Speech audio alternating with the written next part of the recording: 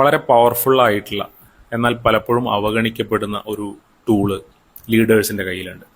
നിങ്ങളുടെ സ്ഥാപനത്തിൽ വലിയൊരു ക്രൈസിസ് ഉണ്ടാവുന്നു, എംപ്ലോയീസിന് കുറച്ച് നാൾ സാലറി കൊടുക്കാൻ പറ്റാത്തൊരു സിറ്റുവേഷൻ ഉണ്ടാവുന്നു, ജെന്യൂനായ സിറ്റുവേഷനാണ്, നിങ്ങൾ എംപ്ലോയീസിനെ പറ്റിക്കുകയല്ല, മറ്റൊന്നുകൊണ്ടും ഓവർകം ചെയ്യാൻ പറ്റാത്ത ഈ ഒരു പ്രശ്നത്തെ ചിലപ്പോൾ നിങ്ങൾക്ക് കമ്മ്യൂണിക്കേഷൻ കൊണ്ട് ഓവർകം ചെയ്യാൻ പറ്റിയേക്കും.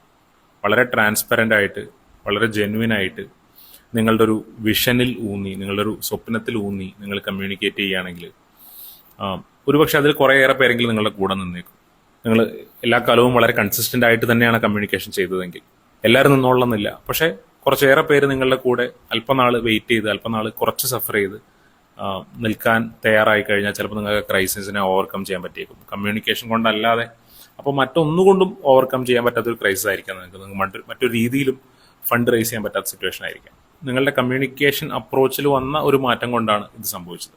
പലപ്പോഴും അവഗണിക്കപ്പെടുന്ന ഈ പവർഫുൾ ആയിട്ടുള്ള ടൂളിനെ, ഈ സ്കില്ലിനെ പോളിഷ് ചെയ്തെടുക്കുക, റിഫൈൻ ചെയ്തെടുക്കുക എന്നുള്ളത് വലിയ കോസ്റ്റുള്ള ഒരു സംഗതി ആയിരിക്കില്ല, പക്ഷെ അതിൻ്റെ റിട്ടേൺസ് വളരെ വലുതാണ്.